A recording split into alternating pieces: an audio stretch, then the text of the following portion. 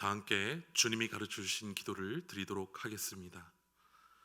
하늘에 계신 우리 아버지여, 이름이 거룩히 여김을 받으시오며 나라가 임하시오며 뜻이 하늘에서 이루어진 것 같이 땅에서도 이루어지이다.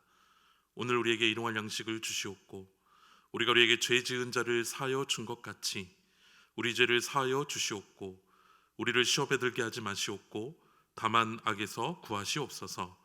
나라와 권세와 영광이 아버지께 영원히 있사옵나이다. 아멘. 오늘 이 시간에 주시는 하나님의 말씀은 사도행전 4장 5절에서 12절까지의 말씀입니다. 사도행전 4장 5절에서 12절까지의 말씀입니다. 제가 봉독하도록 하겠습니다. 이튿날 관리들과 장로들과 서기관들이 예루살렘에 모였는데 대제사장 안나스와 가야바와 요한과 알렉산더와 및 대제사장의 문중이 다 참여하여 사도들을 가운데 세우고 묻되 너희가 무슨 권세와 누구의 이름으로 이 일을 행하였느냐? 이에 베드로가 성령이 충만하여 이르되 백성의 관리들과 장로들아, 만일 병자에게 행한 착한 일에 대하여 이 사람이 어떻게 구원을 받았느냐고 오늘 우리에게 질문한다면 너희와 모든 이스라엘 백성들은 알라. 너희가 십자가에 못 박고 하나님이 죽은 자 가운데서 살리신 나사렛 예수 그리스도의 이름으로 이 사람이 건강하게 되어 너희 앞에 섰느니라. 이 예수는 너희 건축자들의 버린 돌로서 집 모퉁이의 머릿돌이 되었느니라.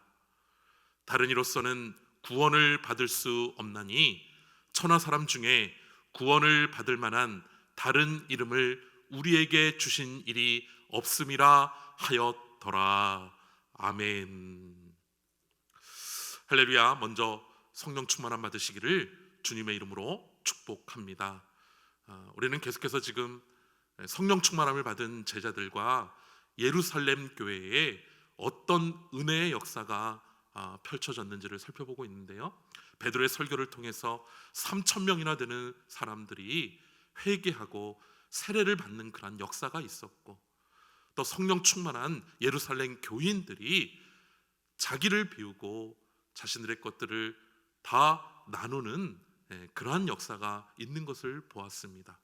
또한 3장을 보면 베드로와 요한이 나면서부터 걷지 못하는 사람을 치유하는 그러한 은혜의 기적의 역사가 나오게 되는데요, 오늘 본문 말씀은 바로 이것 때문에 감옥에 투옥되게 된 베드로와 요한이 산헤드린 공회, 즉 유대 지도자들 앞에서 신문을 받게 되는 그러한 말씀을, 그러한 내용을 오늘 담고 있습니다.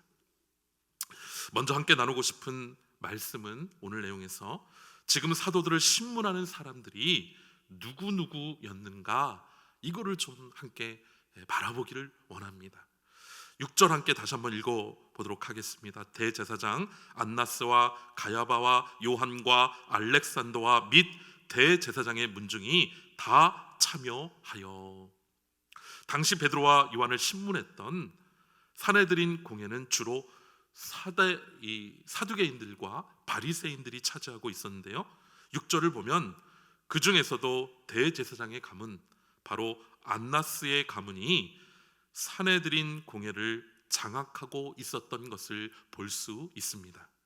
기록에 의하면 안나스는 AD 7년에서 15년까지 대제사장이었고, 다음에 나오는 가야바는 안나스의 사위로 AD 18년에서 36년까지 대제사장직을 맡고 있었습니다. 또한 요한은 대제사장 가야바가 물러난 이후에 대제사장이 된 안나스의 아들이고요, 또한 알렉산더는 구체적으로 알려진 것은 없지만 안나스 일가의 한 사람으로 보고 있는 것입니다.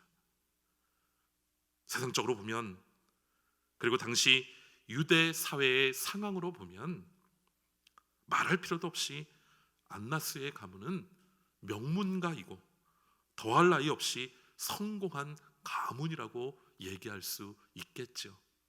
그러나 영적으로 보면 안나스의 가문은 가장 악하고 몰락한 가문이라고 이야기할 수 있습니다.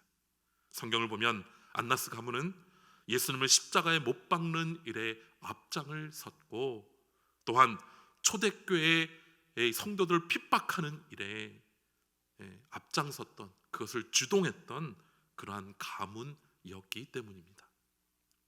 여러분은 어떤 가정, 어떤 가문이 되기를 원하십니까? 감리교를 시작한 존 웨슬리 목사님의 가문은 명문가로 불리웁니다.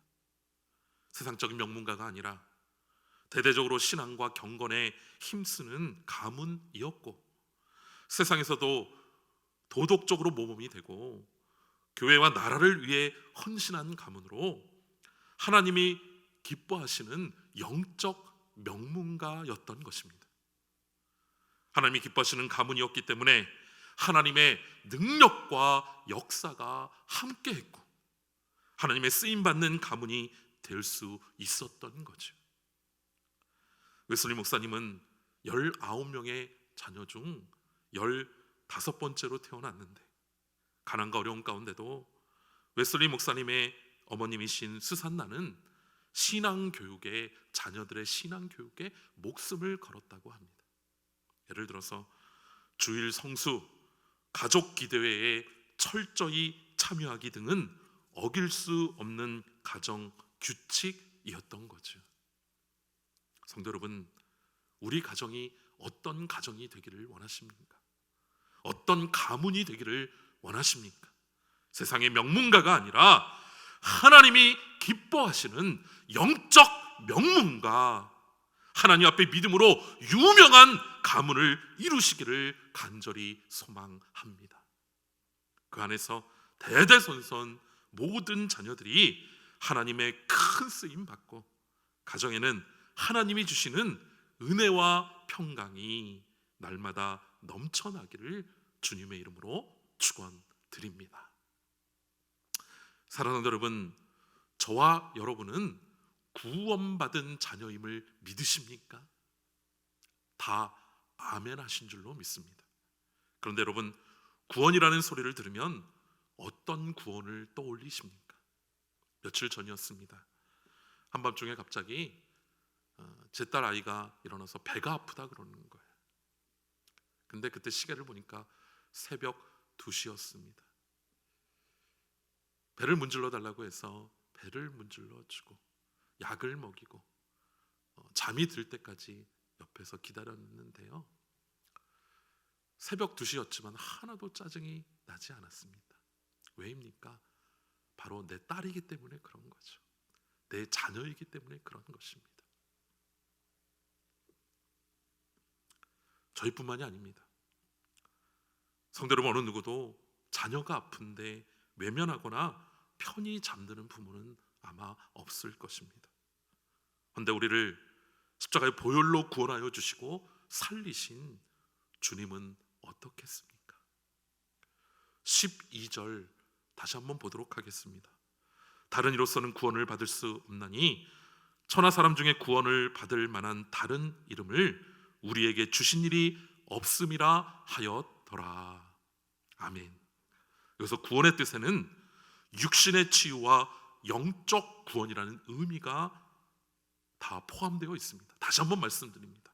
이 구원의 뜻은 육신의 치유와 영적 구원이라는 그런 의미가 다 포함되어 있는 겁니다. 즉, 우리 주 예수님의 이름을 믿고 의지하는 자녀는 육신의 아픔과 고통 가운데서도 구원받고, 그리고 영원히 구원받는 그런 은혜가 임하게 된다는 거야. 성도 여러분, 날마다 주님의 이름을 부르며 고백하시기 바랍니다. 예수님, 저의 육신의 아픔을 어루만져 주옵소서. 아픔에서 구원받은 줄로 믿습니다. 예수님, 저는 구원받은 자녀임을 믿습니다. 날마다 영생의 기쁨을 누리게 하여 주옵소서. 믿음으로 선포하셔서 산 가운데도 그리고 영원토록 구원을 누리는 저와 여러분 되기를 주님의 이름으로 축원드립니다. 날마다 우리를 생명의 길로 인도해 주시는 하나님 아버지, 하나님, 부족하지만 미천한 이 종이 특별히 이 시간 우리 성도님들의 가정을 위해서 기도합니다. 주여, 영적 명문가가 되게 하여 주시옵소서. 영적으로 충만하여서 늘 하나님을 따르는 가정 되게 하여 주시옵시고, 그 가운데서 주님이 주시는 놀라운 능력과 역사가 늘 함께 할 수 있도록 주여 도와주시옵소서. 또한 우리의 삶 가운데 날마다 구원의 역사가 있다라는 것을 바라볼 수 있도록 주여 인도하여 주시옵소서. 육신의 아픔은 물론이요, 영적인 구원의 은혜가 우리 가운데 있다라는 것을 잊지 않게 하여 주시옵시고, 날마다 믿음으로 선포하며 나가게 될 때에 하나님이 주시는 삶의 구원이, 육신의 구원이, 그리고 영적인 구원이, 영원한 구원이 날마다 우리를 이끌어가게 하여 주시옵시고, 그 가운데 어떤 상황 가운데서도 믿음으로 승리하는, 구원받는 복된 자녀들 될 수 있도록 주여 도와주시옵소서. 우리의 구원자 되시는 예수 그리스도 이름 받들어 간절히 기도하여 싸움나이다. 아멘. 다 함께 묵상으로 기도하도록 하겠습니다.